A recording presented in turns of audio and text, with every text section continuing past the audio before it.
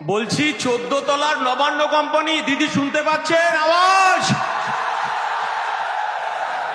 আরে ভাই বস 22-এ আটকেছেন, 23-এ আটকেছেন, 24-এ মঞ্চে আসতে দেননি, 25-এ মঞ্চে আসতে দেননি, 42 দিন জেল খাটিয়েছেন।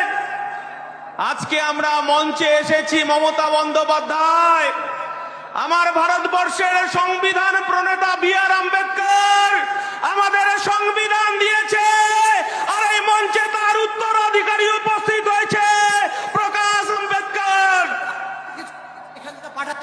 মমতা বন্দ্যোপাধ্যায়, আপনার ভাইপো অভিষেক বন্দ্যোপাধ্যায়, আপনি শুনতে পাচ্ছেন? ভাঙড়ে ক্রিমিনালটা ফাউল করেই যাচ্ছে, ফাউল করেই যাচ্ছে। অভিষেক বাবু বলছে ভাঙড়ে নাকি উনি খেলবেন।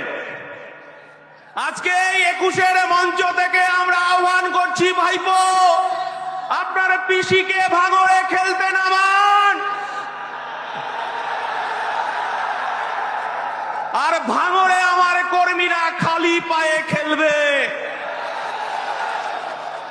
21-এ আপনি ভাঙা পায়ে খেলেছিলেন, আর আমার এই বাংলার 2026-এর রেফারি হবে আমার দলের চেয়ারম্যান, আমার দলের সেনাপতি নওশাদ সিদ্দিকীর হাতে লাল কার্ড থাকবে।